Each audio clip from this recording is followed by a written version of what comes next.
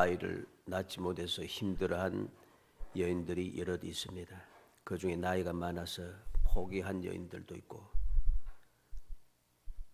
여러 가지 힘들고 어려운 가운데 고통 속에 지났던 그러한 여인들도 있습니다.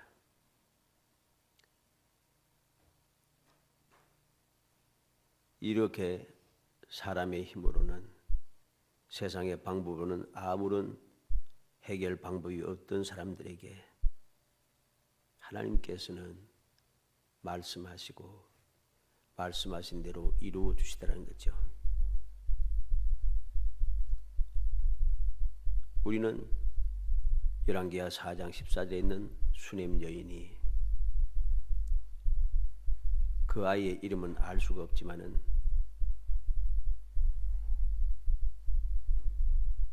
이 수넴 여인은 아이를 낳을 수 없는 상황에 있을 때 아이를 낳게 되었습니다. 엘리사 선지자를 통해서 하나님의 은혜를 입게 된 거죠. 그리고 누가복음 1장 7절에 보면 엘리사벳이 잉태하지 못했다 합니다. 그리고 그 두 부부가 나이 많더라고 했습니다. 두 부부가 나이가 많아서 잉태하지 못했다. 결국은 아이를 낳을 수 없게 되었다는 거죠. 그런데 이 엘리사벳은 잉태하여 세례 요한을 낳게 되었다는 것이죠. 이들의 특징이 무엇인가? 나이 많다는 것, 다시 말해서 가망이 없다는 것입니다. 그런데 모두가 다 하나님의 은혜로 아들을 낳았다는 것이죠. 우리는 이 말씀을 통해서 올바른 신앙생활을 하는 사람, 올바른 신앙생활을 하는 사람은 어떻게 해야 하는가 하는 것을 다시 한번 생각해야 됩니다. 아이를 낳을 수 없는, 절대로 낳을 수 없는, 가망이 없는 절망적인 여인 중에 오늘 본문에 나타난 이 사라가 있습니다. 사라는 절대로 아이를 낳을 수 없는 상황인 것을 성경은 가르쳐 줍니다. 나이가 90세였고 경수가 다 끊어졌다고 했습니다. 90세 된 여인이 그리고 경수까지 끊어졌으니 절대로 아이를 가질 수가 없습니다. 임신할 수 없다는 거죠. 그런데 하나님께서 바로 이 사라에게 약속하시는 그 말씀을 우리는 생각해야겠습니다. 아브라함 99세 때 전능한 하나님께서 내 안에 사례는 이름을 사례라 하지 말고 사라라 하라. 내가 그에게 복을 주어 그가 내게 아들을 낳아주게 하려며 내가 그에게 복을 주어 그를 여러 민족의 어머니가 되게 하리니 민족의 여러 왕이 그에게서 나리라. 창세기 17장 1절과 15절로 16절에 기록한 말씀입니다. 이렇게 약속하신 여호와 하나님께서 다시 찾아오십니다. 사라가 어디 있느냐? 오늘 본문 9절에 말씀했죠. 사라가 어디 있느냐? 그리하시고 말씀하십니다. 내년 이맘때에 반드시 내게로 돌아오리니 내가 내게로 돌아오리니 내 안에 사라에게 아들이 있으리라. 여호와 하나님께서 절대로 가망이 없는, 절대 절망적인 상황에 놓여 있는 사라에게 아들을 낳을 것이라 말씀하시고 내년 이맘때에 내가 반드시 너에게 돌아올 것이라 했습니다. 내게로 돌아오리니 사라에게 아들이 있으리라. 전능하신 여호와 하나님께서 말씀하신 거죠. 이렇게 하나님께서 말씀하실 때 사라는 90세고 여성의 생리가 끊어졌다고 말씀했죠. 17장 17절과 18장 12절, 오늘 본문 12절입니다. 인간의 상식으로는 절대 임신할 수 없는 상황입니다. 그래서 아브라함이 엎드려 웃으면서 마음속으로 이르되 100세 된 사람이 어찌 자식을 낳을까? 사라는 90세니 어찌 출산하리요? 17장 17절에 말하고 있습니다. 그럼에도 불구하고 하나님께서는 아니라 내 안에 사라가 내게 아들을 낳으리니 너는 그 이름을 이삭이라 하라. 내가 그와 내 언약을 세우리니 그의 후손에게 영원한 언약이 되리라. 17장 19절에 말씀하셨고 내 언약은 내가 내년 이 시기에 살아간 내게 낳을 이삭과 세우리라고 17장 21절에 말씀하셨습니다. 그리고 오늘 본문 말씀 12절에 사라가 속으로 웃고 이르되 내가 노쇠하였고 내 주인도 늙었으니 내게 무슨 즐거움이 있으리요. 그렇게 자조하고 있는 사라에게 여호와께서 아브라함에게 이르시되 사라가 왜 웃으며 이르기를 내가 늙었거늘 어떻게 아들 낳으리요 하느냐. 여호와께 능하지 못한 일이 있겠느냐. 기한이 이를 때 내가 내게로 돌아오리니 사라에게 아들이 있으리라. 그렇게 13절로 14절에 말씀하고 있습니다. 아브라함도 사라도 다 웃을 때 하나님께서는 여호와께 능하지 못한 일이 있겠느냐고 말씀하시고 있다는 것입니다. 우리는 전능하신 하나님의 말씀을 통해서 올바른 신앙생활은 어떻게 하는 것인가 하는 것을 우리가 보게 됩니다. 올바른 신앙생활은 절대 절망적인 상황에서도 믿음을 가지고 흔들리지 않는 것, 이게 바로 올바른 신앙생활이라는 것입니다. 왜 절대 절망적인 상황에도 흔들리지 않는 믿음을 가져야 하는가? 왜 그래야 하는가? 하나님은 전능하신 분이시기 때문입니다. 무엇인지 다 할 수 있다는 거죠. 말씀으로 천지 만물을 창조하신 분이십니다. 전능하신 하나님, 천지 만물을 창조하신 하나님, 바로 그분이 사랑의 아버지가 되신다는 것이죠. 너무나도 잘 아는 내용 아닙니까? 우리가 너무나도 잘 알고 있는 내용입니다. 부르면 다 누구나 다 대답하고 다 생각하고 있는, 말하고 있는 그러한 사실임에도 불구하고 우리는 바로 그렇게 말하면서도 전능하신 하나님, 말씀으로 천지 만물을 6일 동안 창조하신 하나님, 나를 사랑하시는 아버지 되신 하나님을 실제로는 믿지 않고 있다는 거죠. 그래서 신앙생활이 올바르지 않다는 것입니다. 우리는 명심해야 됩니다. 올바른 신앙생활을 위해서 무엇이 필요한가? 9번째 시간입니다. 올바른 신앙생활을 위해서 나는 어떻게 해야 되는가? 딱 한 가지입니다. 불가능해 보여도 의심하지 않고 믿는 것. 이게 올바른 신앙생활입니다. 불가능해 보여도 의심하지 않고 믿는 것. 그 믿음을 가지고 생활하는 것이 올바른 신앙생활인 것이죠. 불가능해서 말했다가 사람들에게 웃음거리가 될 것 같아도 주저하거나 눈치 보아서는 안 된다는 것입니다. 세상 모든 사람들이 다 어떻게 되는가 보고 무슨 말을 하는가 보고 나의 모든 것을 일거수일투족을 또 살피고 또 살피고 있다 할지라도 마음속으로 조롱하면서 비웃으면서 끊임없이 나를 둘러싸고 있어 할지라도 우리는 주저하거나 두려워해서는 안 됩니다. 그들의 눈치를 보면서 우리의 믿음이 흔들려서도 안 됩니다. 누가 뭐라고 하든 상관없이 전능하신 하나님, 사랑의 아버지께서 그렇게 말씀하셨으니 말씀하신 대로 될 것임을 믿는 믿음, 이 흔들리지 않는 믿음이 우리의 신앙생활을 올바르게 하게 한다는 것입니다. 올바른 신앙생활이 무엇입니까? 하나님 말씀하시고 내가 믿는 그 모든 일들이 내 삶 속에 이루어지는 것이죠. 이게 바로 올바른 신앙생활입니다. 사람에게는 불가능해도 하나님께는 결코 불가능한 것이 있을 수 없다는 사실을 알아야 됩니다. 왜 우리는 불가능하다 생각하고 두려워하고 의심하고 주저하고 눈치를 보고 그렇게 행하며 살아가는 것입니까? 모든 것을 내 판단에 세상의 그 표준에 맞추어서 생각하고 판단하고 결정하기 때문입니다. 세상의 그 방법, 세상의 그 모든 그 표준은 세상인 것이죠. 사람이 하는 것입니다. 사람이 그렇게 표준을 정했다고 해서 하나님께서도 그 표준에 맞추는 것은 아닌 것입니다. 기본적으로 상식적으로 생각해도 그건 틀린 말이잖아요. 사람과 하나님과는 기준이 다른 것입니다. 기준이 다르기 때문에 내가 하나님을 믿는 것이죠.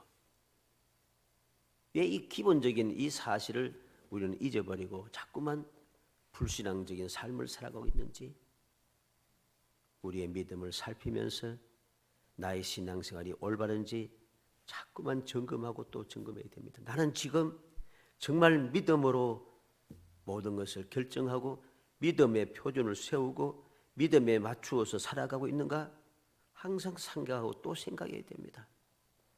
이상하게도 사람들이 믿음대로 살지 못하고 올바른 신앙생활을 하지 못하는 이유가 무엇인가? 하나님을 믿지 않고 세상을 믿고 하나님을 의지하지 아니하고 사람을 의지하기 때문입니다. 우리가 기억해야 됩니다. 여자 나이 90세에 어떻게 아이를 낳을 수 있나? 경수까지 끊어졌으니 어떻게 아이를 가질 수가 있는가? 이건 의학적으로 절대 불가능한 것이다. 의학적으로 인간적인 견지에서는 이게 맞는 말입니다. 그러나 하나님께는 아닙니다. 하나님께서는 결코 사람의 표준, 사람의 상식에, 사람의 의학적인 그 상식에 절대로 맞춰준 분이 아니라는 사실을 알아야 됩니다. 왜? 하나님은 전능하신 하나님, 영원 불변하신 하나님, 항상 우리와 함께 하시고 말씀하신 것은 반드시 이루시는 분이시기 때문입니다. 그렇기 때문에 사람은 하지 못해도 하나님은 하실 수 있다는 사실을 우리가 잊어서는 안 되는 것입니다. 사람이 무엇입니까? 사람이 아무리 뛰어나고 사람이 아무리 지혜롭고 사람의 경험이 아무리 출중하다 할지라도 하나님의 능력과 하나님의 지혜와 하나님의 경험과는 비교 불가인 것입니다. 그렇게 지혜롭고 능력 있다고 생각하는 사람도 하나님의 창조물에 지나지 않다는 사실이죠. 그런데 희한하게도 창조하신 하나님을 창조된 사람보다 오히려 믿지 못하고 있다는 것. 이거는 슬픈 일이고 심각한 일이고 망령된 일이고 스스로를 망치는 일인 사실을 알아야 됩니다. 여러분들은 누구십니까? 불가능으로 가득 찬 세상 사람입니까? 우리는 결코 불가능으로 가득 찬 세상 사람이 아니라 하나님의 사랑을 입고 택함을 받아 예수 그리스도의 구속의 은총을 입어 법의 피로 죄 사함 받아 구속받고 하나님의 자녀가 된 존귀한 존재라는 사실입니다. 여러분들은 무엇을 믿고 있습니까? 세상의 지식을 믿고 있습니까? 세상의 경험을 믿고 세상의 상식을 믿고 있습니까? 우리는 세상을 믿는다거나 세상의 지식과 경험을 믿는 사람, 세상의 상식을 믿는 사람이 아닙니다. 전능하신 창조주 하나님을 믿는 사람인 것이죠. 이 사실을 우리가 절대로 잊어서는 안 됩니다.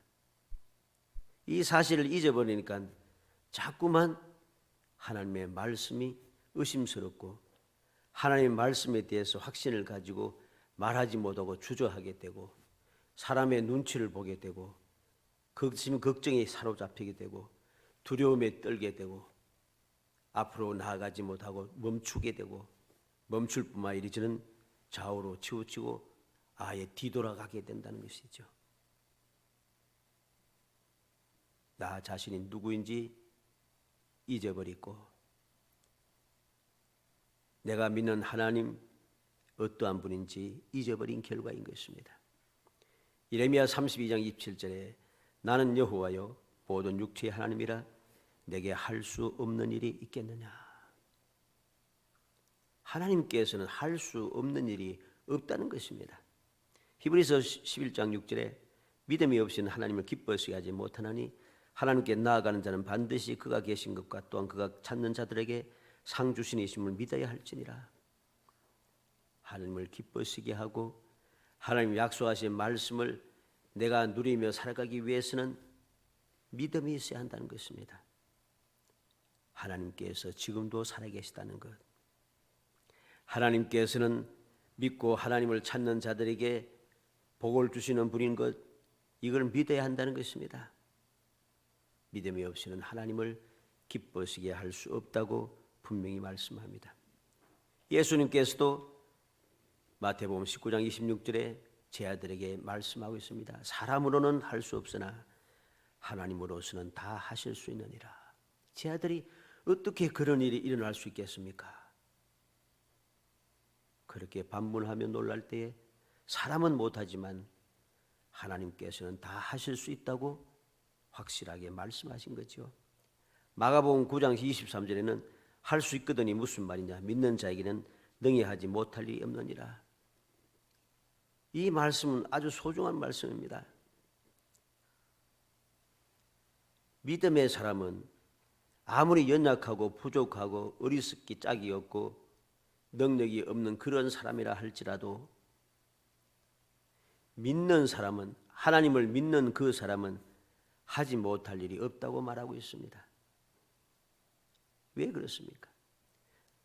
모든 것을 하실 수 있는 하나님을 믿고 그 하나님이 나의 아버지심을 믿으니까 모든 것을 하실 수 있는 아버지께 모든 것을 의지하고 의지함으로 말미암아 나도 또한 그 하나님 아버지의 은혜를 입어 모든 것을 할 수 있게 된 것이죠.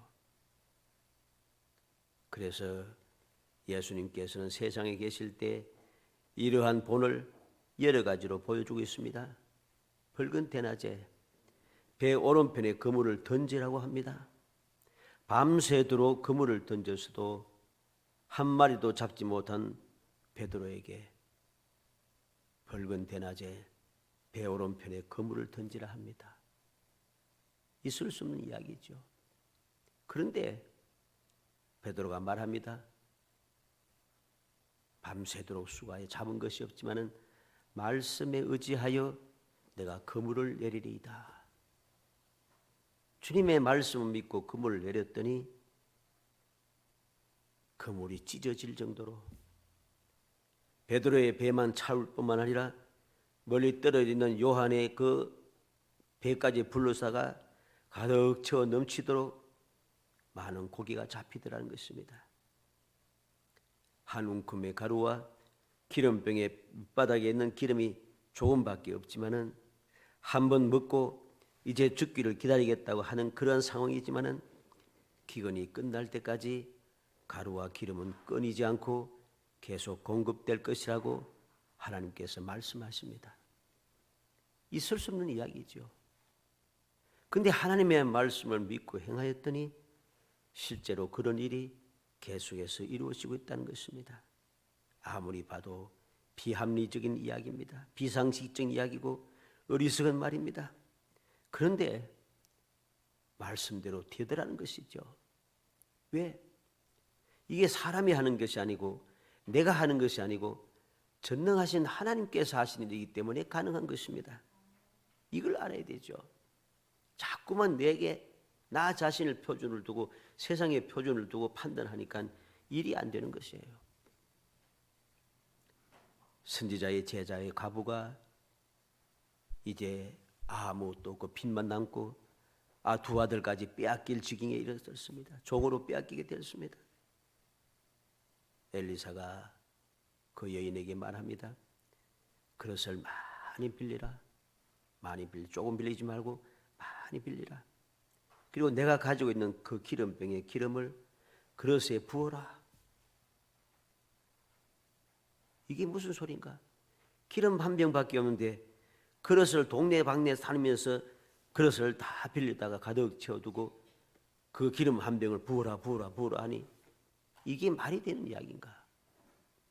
말이 안 되지만은 하나님의 은혜를 입음으로 말이 되게 된다는 것입니다.